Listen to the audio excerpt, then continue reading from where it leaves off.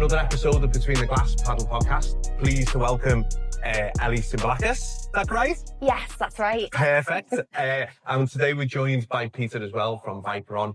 Ben's just unfortunately still not available for the podcast, but hopefully we get well soon and we'll be back.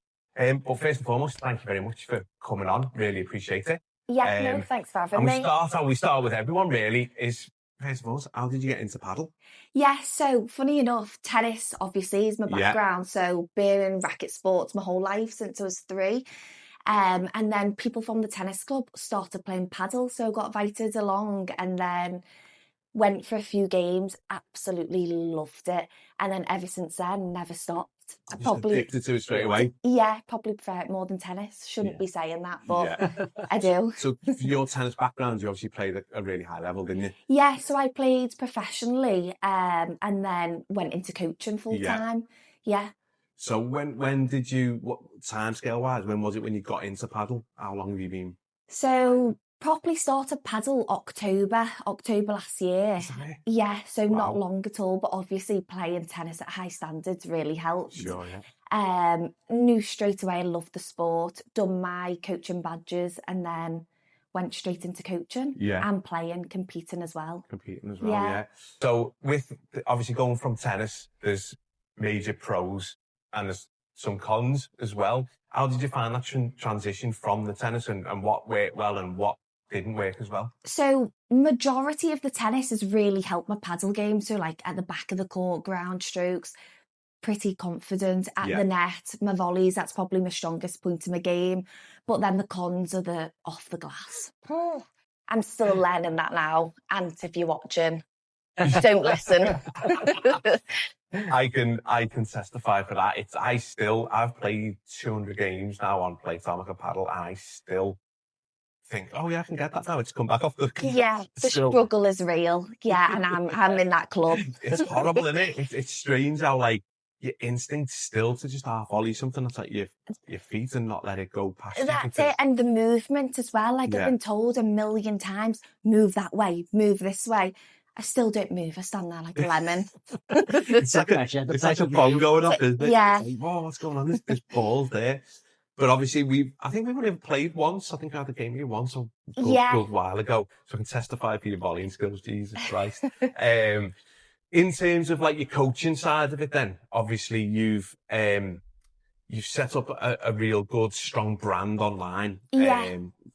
Predominantly through Instagram and TikTok and stuff, haven't you? Yeah. So how have you found that? And in the engagement from the coaching from tennis to paddle, is it different from an engagement perspective? So that's helped massively. I actually didn't have a tennis page. Just done that all through word of mouth at my local tennis club. But with the paddle, I thought set up an Instagram. It's something new.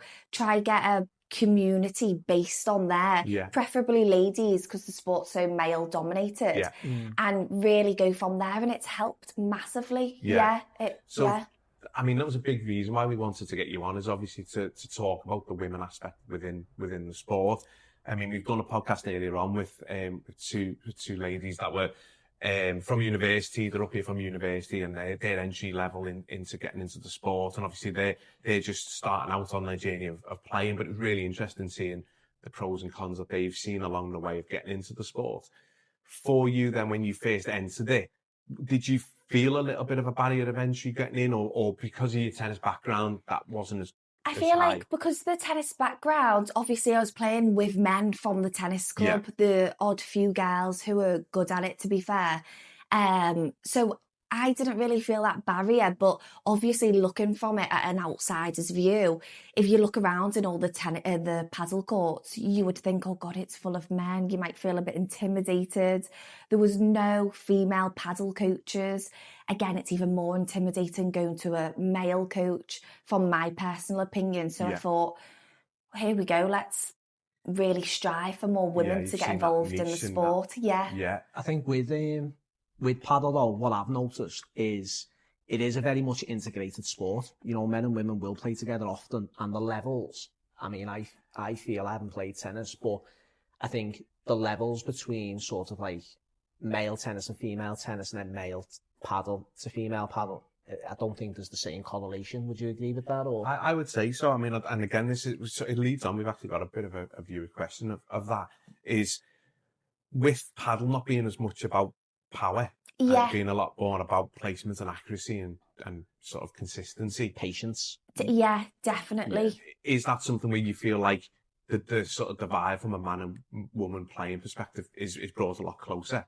Yeah, definitely. And obviously, as I say, like with the women, like you don't need the power to play. Like you can literally, anyone can step on the court and play the game because it's not about power, it's about consistency, keeping the ball in the court. So yeah. Yeah, because I've played quite a lot with women and against women, and like I say, you don't see any difference in terms of like feel like you can overpower them because that isn't the game. No, that's it. The only difference I'd probably say is the overheads. Yeah. Don't get me wrong, men can half pelt that ball, whereas women probably not so much. Yeah. But again, I can pelt it out. Yeah. That's not great for the glass. Don't go in, that's the problem. Yeah, but that's not a bad thing that they're not hitting it that hard. Because obviously, if you're a good paddle player, you can then play it off the glass. So I'd say, if anything, that's probably a strength for the women. Sure, yeah. And then in terms of obviously setting up your sort of like your own little community for women to get involved in it, it's brilliant, first and foremost. So congratulations for doing it because it's took off massively, hasn't it? Thank you. And you've done a lot of events, haven't you, involved in sort of like Pilates, stuff like that. Has that been like a real drive to sort of get that engagement and has it worked for you? Yeah, I absolutely love it. I've got one coming up this Sunday actually, and the tickets sell like that. They're so quick because obviously Pilates, it's another huge sport that everyone loves to do, especially ladies. So introducing the paddle as well as the Pilates, it's really helped build the paddle community because people are coming along for the Pilates and actually enjoying the paddle side and thinking, oh, I actually quite like this. I can play it. Yeah. Let me book onto another session.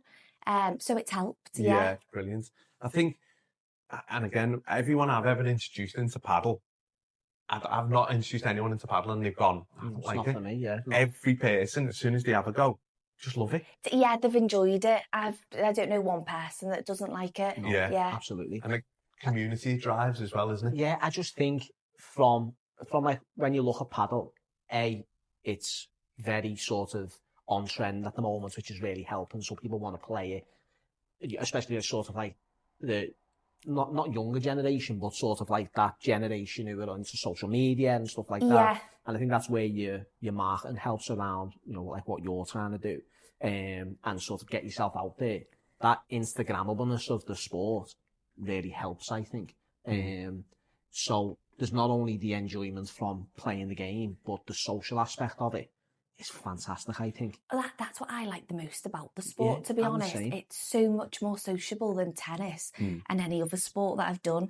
The amount of new people that I've met playing paddle is friends for life, honestly. Yeah, absolutely. So yeah, I'd say that's a massive, strong point of the sport. Well, that's it for us. It's like we've said it on quite a few podcasts, so I don't want to ram over it, but it opens up this different people that you wouldn't have come across and met, and then you just become friends and stuff. And so with that way, you're saying very different than tennis, and I agree because I played tennis for a load of years as well.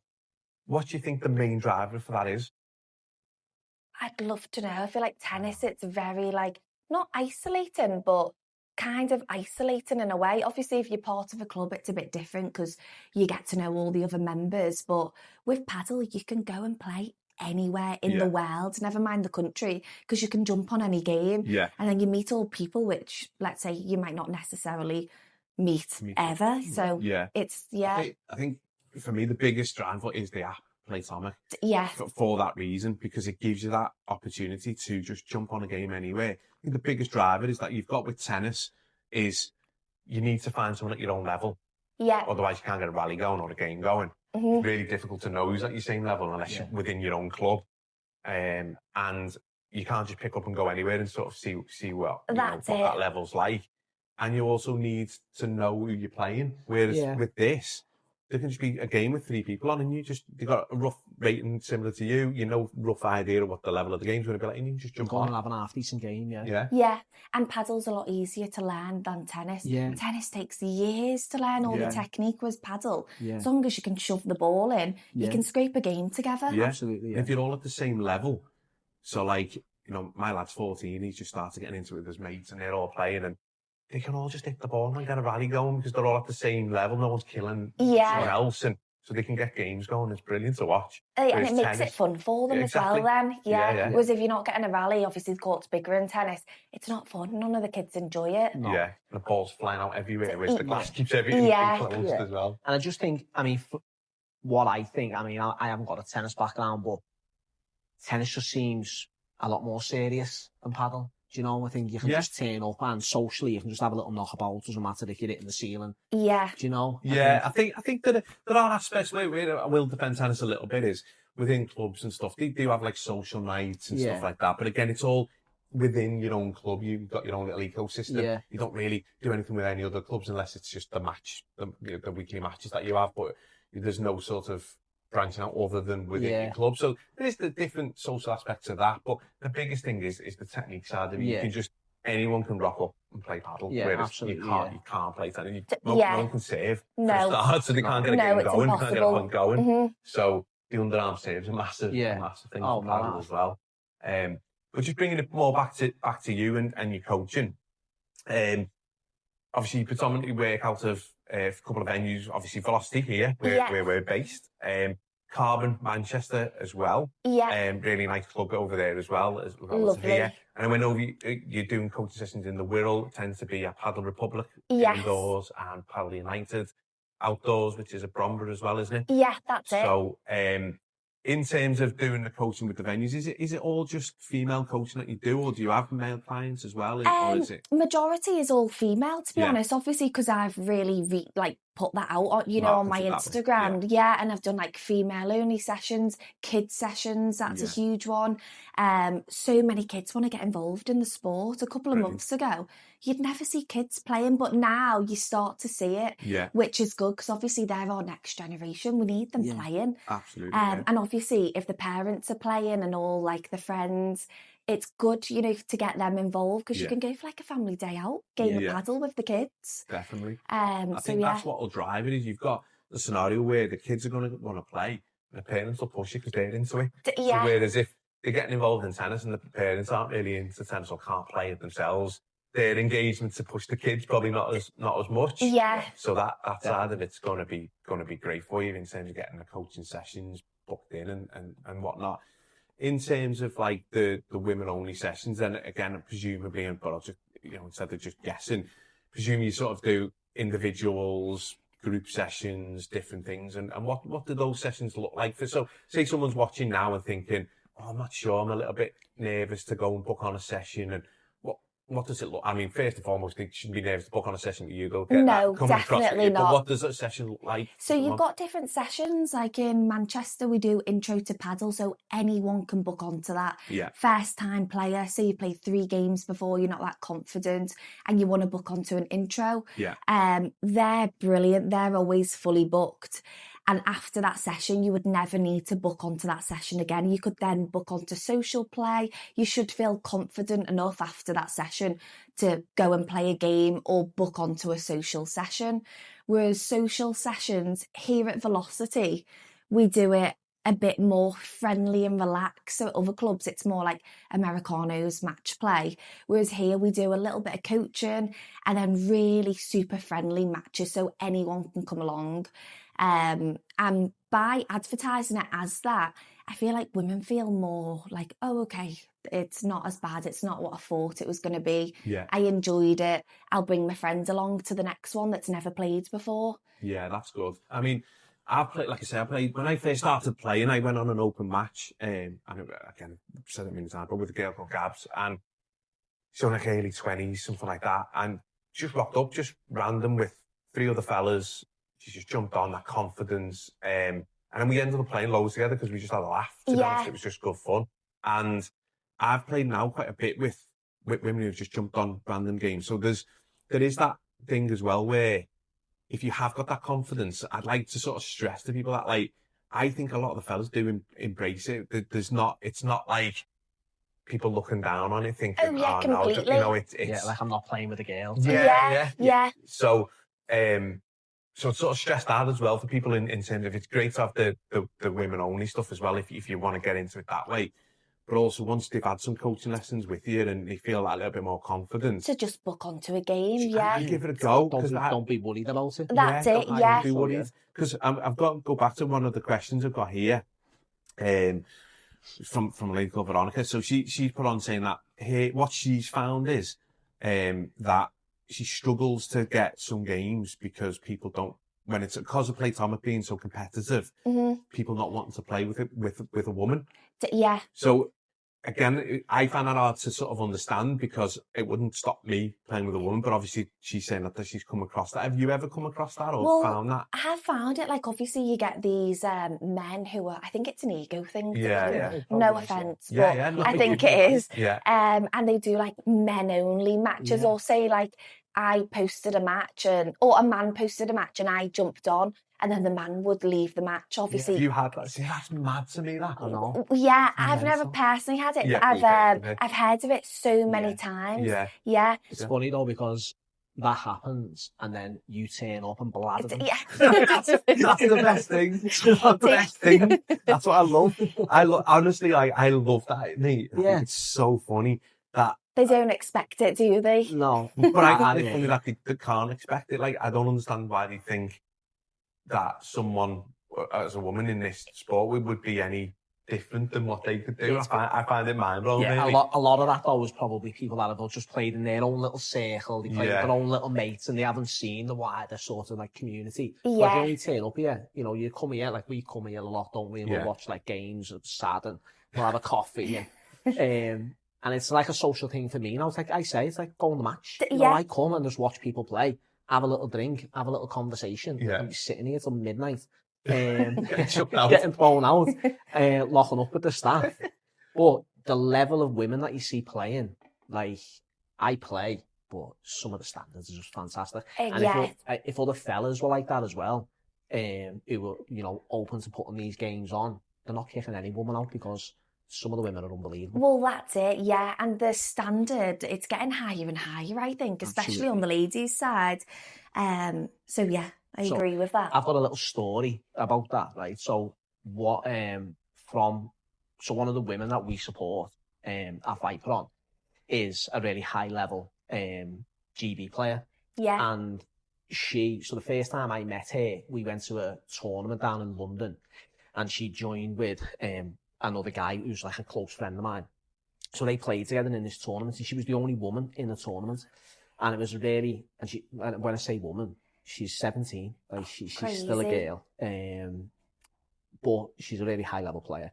She was the only girl in the tournament, and fellas were turning up, and you could see instantly that they thought they were going to bladder her. Yeah. Until she took her jacket off and she had Team GB all over it. Oh, good. Good on her. And she just held her own so much with them. She got to like the final and then got beat by like an APT tennis player. But she was the only girl in it, and she was unbelievable. And I think at the end of that, the people would, especially like the fellas who turned up and thought it was going to be an easy way to the next round kind of thing, just got shown. Well, that's it, isn't it? It was the same with like Tallulah when we played against her. You got this petite young girl coming on, and you think, oh. Yeah. But then she goes and smashes. Yeah, then she goes and smashes all like the fellas, as you said, for example. Yeah. Yeah, no, it's brilliant. Like, I've seen you playing down a few times down at Port Sunlight, and it's so funny because obviously you're walking on and you've got like the three fellas and she's smashed them forehands every game, and volleying is absolutely insane. They don't expect it, do they? I just laugh. I love it, mate. I think there's nothing better than that. So like, look, lads, if you're watching and any women jump on the game, just play. Just don't have any preconception. Because I'm telling you now, a lot of the time they'll be better than you are, so just play the games. And if you see Ellie on one, don't join her because she's going to bladder. I've got another question here, which was from one of the viewers as well. So it's quite an interesting point, actually. So she said, so her level's 4.2. Yeah. and she plays quite a lot, obviously, with men at 4.2. When she's playing games with just women, she says, do you think that the level should be adjusted for just women games so people understand what level they're at? Because she's at 4.2 playing with men, but if she's playing with women, her level could it be potentially like a 0.5 higher or something like that? Would you find that would be an issue, or don't you think that's really an issue because all the women would be in a similar sort of... I was going to say, I don't think it'd be an issue. Obviously, if you're lower level, you're all the same level anyway. Obviously, in the 2s and possibly 3s, you could get some who you think, oh, they should definitely be higher. Yeah. But obviously, the matches you're playing, your score will go up anyway if you're winning. So I think when you get to them higher levels, I don't think it makes that much of a difference because everyone's good at them levels, and you're not going to get someone who says a 4.2 and they're not a 4.2. Yeah. No, I tend to agree, because I think what sort of suggesting is if she's playing every week with fellas of the same sort of 4.2 level, and she's playing against women who are all 4.2, but they're always playing women at 4.2. Yeah. Is she higher? But I don't think you are in the game, because like we've just suggested there's not a real massive difference between the playing ability of men and women really anyway, is there? Yeah, no, I wouldn't say so. Like I'd say me at a 4.2 against a man at a 4.2, I'd still fancy my chances. I'd think, okay, I'll go in this. And I'd think, But if you were playing another woman who's a 4.2 that only ever played women, I would go in with the exact same mentality. I think it would be as well, I think so, because we just touched on, like, it is a power game. Yeah. In a certain aspect, but it's mainly about, it's like a game of chess, isn't it, Yeah. It's more, again, it's just sort of like strategy and stuff like that. Control and placement, is it? Yeah, so I think it takes sort of like that element where, and I'm not saying all men overpower women or anything, but, if the game is just about smashing overhands, then you go, okay, fair enough. But that's not what the game is. No, you've got to set that up, haven't you? Yeah. So no, it's interesting. So obviously from your coaching side then, you're working obviously with the women's side of it, you've got a lot of kids going on, and do you find it's sort of like rewarding? You get like an instant feedback of like how people are performing, and because a little bit different than tennis, because you can sort of see that progression a little bit quicker. That's it. And obviously they go into matches quicker, whereas tennis, you could play for about 2 years and not still play a match because you're still learning the shots. Whereas padel, they go straight into it. And when you see them winning matches and they're so proud of themselves, and you're like, oh, well done, good, good on you, so you should. And did they come back to you and tell you how they've been getting on? And stuff? And then like in the chats and stuff, they're like, just won my first match. And I'm like, brilliant, keep going. Yeah.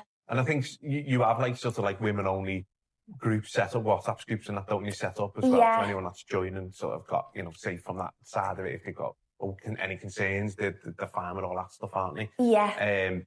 So when you're sort of looking to sort of develop and move on yourself in terms of as a player, so, see that you're playing a lot of LTA events and do very well by the looks of it and stuff, so you've got a lot of that. Are you looking to develop as a player as well as a coach, or are you going to focus more on one side than the other? No, I feel like with this journey, obviously, I'm naturally competitive. I grew up competing my whole life. Yeah. So when I went coaching full-time in tennis, I really missed that side, of competing. And then started to play padel, competing.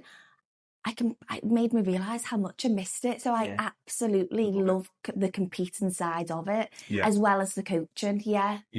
So have you got like a set journey of where you want to sort of get to as a player? Are you trying to achieve like a ranking number, or are you is there something, or are you just playing when you can play and seeing what happens, or have you got like a strategy that you're working towards? Well, to be honest, I look at myself and I think all these top 10 girls in GB. Amy Gibson, for example, I think she's number 1 in the UK. She was a tennis player. I literally used to compete against her in County Cup doubles and tournaments, LTA British Tours, all of that. And I think to myself, if they've played longer than me, I think it's there to be done. So my goal is to try get as high as possible. I like that. The highest ranking that I can. You get to watch this then. It's going to be exciting to watch, because I was hoping you'd say that, and I thought you probably would, because obviously the level that you've played at tennis, you could break really high, obviously, into, like you say, into the top GB stuff. But it's just that balance act, isn't it, between some of those are obviously just full-time players, aren't they, and not doing coaching and stuff like that. Yeah. And it's how much...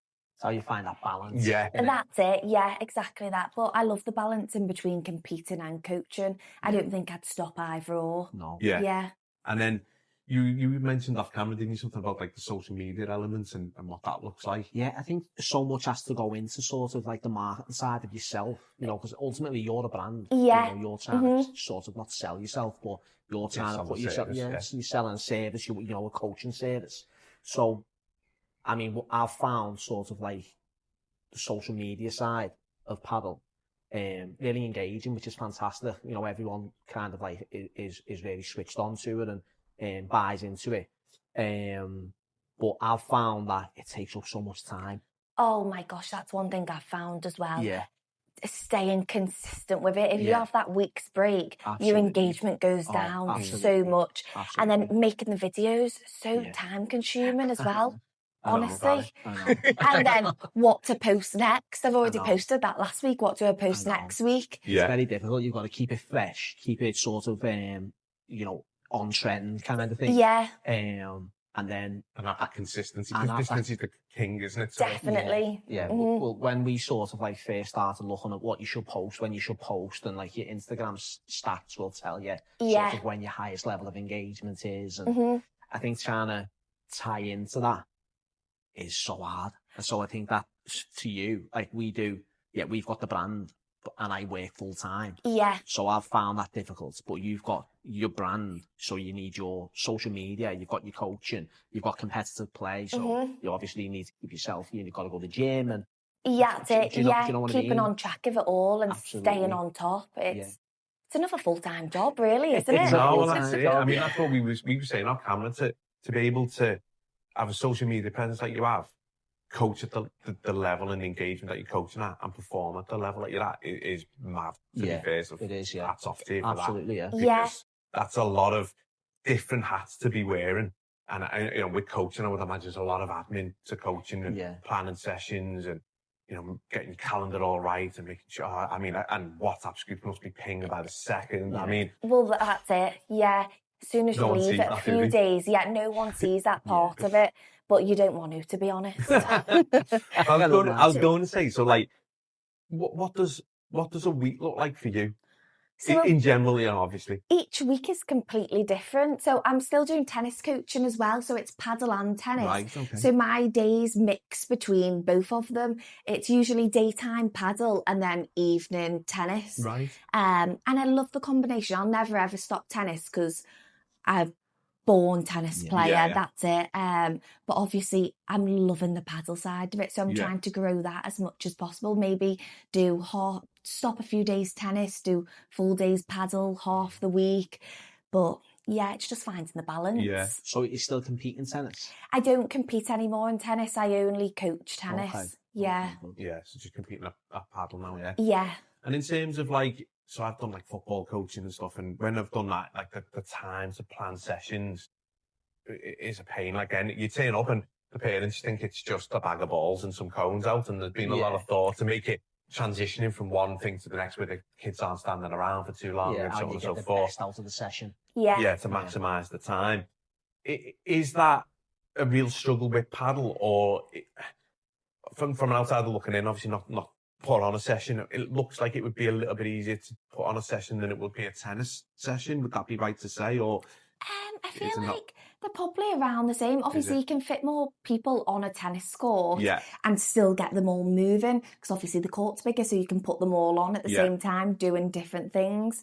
Whereas paddle, you need more courts, for that. And again, as you said, it's planning the sessions to make sure people aren't standing around and that they are enjoying it and want to come back. Yeah, so sessions that you've done then, have you found any, because I used to find ones that you do and they bomb, like, have you had any sort of, because there's nothing worse, is that when in the session you plan it in your head, it looks and it works and you think, And then the reality of it's not quite, and it's horrible when you're trying to on the fly get this going. If you had any of them moments, Well, I've planned out a session before, and then I've come to the session, and I'm like, oh, this isn't how I planned it to be in my head. So I've just adjusted the session there and then, you know, just from the top of my head, and thought, this isn't working, let's change this, you do that instead. Yeah. Just to get it going. Yeah. But yeah. So that like expertise that you've got to be able to just do it on the fly. I was never good at that. Yeah.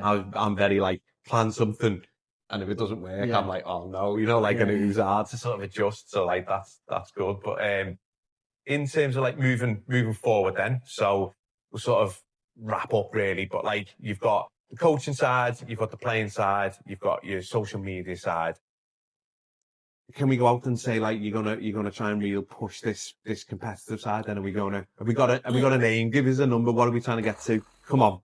I feel like the aim would be top 20 in the country. Yeah. Again, if Ant's watching this now, he'll say number 1 in the country. Yeah, and I spoke to him off camera, by the way, and he thinks you could go all the way. Yeah, so, yeah. No, but I feel like top 20 maybe by the end of this year.